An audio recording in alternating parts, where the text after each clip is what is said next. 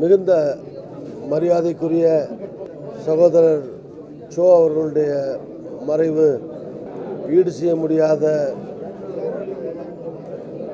மிகப்பெரிய இழப்பாகும். அவர் தோன்றிய துறைகள் தோறும் புகழ்கொடி நாட்டி புகழின் உச்சத்தில் வாழ்ந்தவர். எல்லோருடைய அன்புக்கும் மரியாதைக்கும் பாத்திரமாக திகழ்ந்தவர். திரையுலகத்திலே தனக்கென ஒரு பாதையை அமைத்து கொண்டு எல்லோருடைய இதயங்களிலும் இடம்பெற்றவர். நாடக உலகத்தில் அவருக்கென்று ஒரு தனி பாணியை வகுத்து கொண்டு மிக பெரும் ஜாம்பவனாக திகழ்ந்தவர். அவருடைய நாடகங்கள் ஆண்டு கணக்கிலே நடைபெற்று மக்களால் ரசித்து போற்றப்பட்டது. பத்திரிகை உலகத்தின் முடிசூடா மன்னராக திகழ்ந்தவர். அவருடைய அற்புதமான எழுத்தாற்றலாலே மக்களின் இதயங்களிலே நீங்காத இடம்பெற்றவர். நகைச்சுவையோடு கிண்டலும் கேலியும் நிறைந்த அவருடைய கேள்வி பதில்கள் லட்சோப லட்சம் ரசிகர்களை பெற்றிருந்தது. அவர் நாடகமாக இருந்தாலும் சினிமா இருந்தாலும் பத்திரிகையாக இருந்தாலும் சரி, அவர் சொன்ன ஒவ்வொரு வாக்கியத்திலும் ஒவ்வொரு வார்த்தையிலும் ஏதாவது ஒரு அற்புதமான மைய கருத்தை உள்ளடக்கிய அவருடைய எழுத்தும் பேச்சும் இருந்தது. அரசியல் உலகத்தில் அவருடைய விமர்சனங்கள் அனைவராலும் மிகவும் போற்றி பாராட்டப்பட்டது, மதிக்கப்பட்டது. மிக தைரியமும் துணிச்சலும் நிறைந்த எழுத்தாளர்.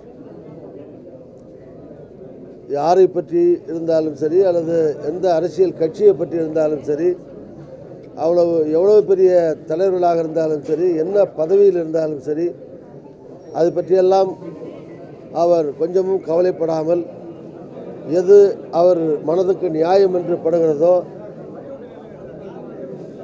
தர்மம் என்று படுகிறதோ அதை மிக தைரியமாக துணிச்சலாக வெளியிட்டவர்.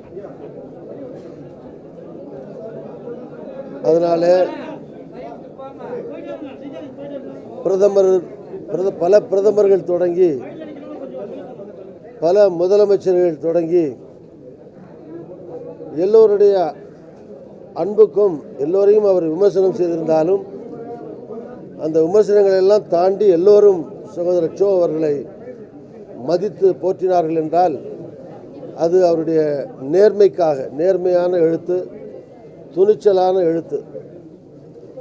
அது மாதிரி புராணங்கள், இதிகாசங்கள் அவற்றையெல்லாம் எளிய முறையிலே தன்னுடைய துக்ளக் மூலமாக மக்களுக்கு எளிமைப்படுத்தி மக்களுக்கு தந்தவர். இப்படி தோன்றீர் புகழோடு தோன்றுக என்ற வள்ளுவரின் வாக்குக்கொப்ப அவர் தோன்றிய துறைதோறும் புகழ்கொடி நாட்டினார். எல்லோருடைய பெரும் மரியாதையும் அன்பையும் பெற்று திகழ்ந்தார். மிக அற்புதமான இனிமையான மனிதர். என்னை பொறுத்தவரை நான் அரசியல் ரீதியாக பல்வேறு முடிவுகளை எடுக்கிற போதெல்லாம் அவரை சந்தித்து அவரிடத்தில் ஆலோசனை பெறுவது என்னுடைய வழக்கமாக இருந்தது. ஒவ்வொரு முறையும் நான் அவரை சந்திக்கிற போது என் மீது மிகுந்த அன்பும் பாசமும் கொண்டு நல்ல ஆலோசனைகளை வழங்கக்கூடிய என்னை பொறுத்தவரை எனக்கு ஒரு குரு மாதிரி, ஒரு மூத்த சகோதரர் மாதிரி மரியாதைக்குரிய சோ அவர்கள் திகழ்ந்தார்கள். அவருடைய மறைவு பத்திரிகை உலகத்திற்கு அல்லது தமிழகத்திற்கு ஈடு செய்ய முடியாத பேரிழப்பாகும். அவர் ஷோ அவர்களுடைய மறைவுக்கு என்னுடைய ஆழ்ந்த இரங்கலை என் சார்பிலேயும் காங்கிரஸ் சார்பிலேயும் தெரிவித்துக் கொள்கிறேன். அவரை இழந்து வாடுகிற அவருடைய குடும்பத்தினர் மற்றும் அவருடைய வாசகர்கள் எல்லோருக்கும் என்னுடைய ஆழ்ந்த அனுதாபத்தை காங்கிரஸ் சார்பிலும் என் சார்பிலேயும் மிகுந்த மன வருத்தத்தோடும் துயரத்தோடும் தெரிவித்துக் கொள்கிறேன். 2 நாளைக்கு முன்னாலே மறைந்த முதலமைச்சர் ஜெயலலிதா அவர்களை பார்க்க சென்றபோது சகோதரர் ஷோ அவர்களையும் சென்று அவரை அறையில் சந்தித்து அவரோடு பேசினேன். நல்ல நினைவோடு தான் இருந்தார். 1-2 நாளிலேயே அவர் மறைவார் என்று நான் கொஞ்சமும் எதிர்பார்க்கவில்லை. அவருடைய மறைவு அதிர்ச்சி தருகிறது, வருத்தம் தருகிறது. என்னுடைய ஆழ்ந்த இரங்கலை. இந்திய ஜனநாயகத்தின் மிகப்பெரிய தூணாக விளங்குகின்ற பத்திரிகை துறையினுடைய ஜாம்பவான்களில் ஒருவரான ஆசிரியர் ஷோ அவர்கள் இன்று காலமாகி இருக்கின்றார்கள். நாட்டிற்கு ஈடு செய்ய முடியாத ஒரு மிகப்பெரிய இழப்பாக நான் அதை கருதுகின்றேன். காரணம், நமது நாட்டிற்கு எப்போதெல்லாம் பிரச்சனைகள் ஏற்பட்டதோ அப்போதெல்லாம் மிக துணிச்சலாக எந்தவித விளைவுகளை பற்றியும் கவலைப்படாமல் துணிச்சலாக தன்னுடைய எழுத்துக்களை எழுதியதோடு கூட நாட்டின் மீது அத்தனை பேருடைய கவனத்தையும் ஒருங்கிணைக்க செய்தவர் மரியாதைக்குரிய ஷோ அவர்கள். வழக்கறிஞராக, நடிகராக, எழுத்தாளராக எல்லா துறைகளிலும் அவர் முன்னிறுத்தியது தேசபக்தி, அரசியலில் தூய்மை, நேர்மை, அப்பழுக்கற்ற தன்மை, இவை அனைத்துக்கும் முக்கியத்துவம் கொடுத்த ஆசிரியர் ஷோ அவர்கள் இன்று நம்மிடம் இல்லை. தமிழக அரசியல் வரலாற்றை எடுத்துக்கொண்டாலும் அல்லது பத்திரிகை துறை எடுத்துக்கொண்டாலும் அசைக்க முடியாத ஒரு முத்திரையை பதித்தவர் சென்றிருக்கின்றார். கடந்த 10 ஆண்டுகளுக்கு முன்பாகவே இந்த நாட்டுடைய பிரதமராக மரியாதைக்குரிய நரேந்திர மோடி அவர்கள் தான் வர வேண்டும் என்று மிக தெளிவாக எடுத்து சொன்னார்கள். அது இன்று நடைமுறைப்படுத்தப்பட்டிருக்கின்றது. மருத்துவமனையில் அவர் சிகிச்சை பெற்றுக் கொண்டிருந்த போது கூட அவருடைய முழு கவனமும் நாட்டை பற்றி இருந்து கொண்டிருந்தது. பிரதமர் மோடி அவர்கள் கொண்டு வந்த திட்டங்கள் மக்கள் மத்தியிலே கொண்டு சேர்க்கப்பட்டிருக்கிறார் என்பதை பற்றியெல்லாம் என்னிடமே அவர்கள் பலமுறை கேட்டிருக்கின்றார்கள். என்னை பொறுத்த வரைக்கும் தனிப்பட்ட முறையில் எனக்கு ஒரு மிகப்பெரிய இழப்பாக கருதுகின்றேன். காரணம், எப்போது எனக்கு அரசியல் ரீதியான வழிகாட்டுதல் தேவைப்பட்டாலும் ஆசிரியர் ஷோ அவர்களை நான் அணுகியிருக்கின்றேன், அவருடைய கருத்துக்களை கேட்டிருக்கின்றேன். இன்று நாடு மிகப்பெரிய ஒரு தேசபக்தரை இழந்திருக்கின்றது. அவருக்கு அஞ்சலி செலுத்த நாம் கடமைப்பட்டிருக்கின்றோம். அவர் ஆன்மா நல்கதை அடைய பிரார்த்திக்கின்றோம். நடிகர், பத்திரிகையாளர், அரசியல் நிபுணர் என்ற பல துறைகளுக்கு சொந்தக்காரரான அன்புக்குரிய சகோதரர் ஷோ ராமசாமி அவர்கள் இன்றைய தினம் காலமானார்கள் என்று கேள்விப்பட்டதும் தமிழ் திரையுலகமே மிக அதிர்ச்சிக்கு உள்ளானது. காரணம், நேற்று தான் தமிழக முதல்வருடைய இரங்கல் செய்தியில் எல்லோரும் ஆழ்ந்திருந்தோம்.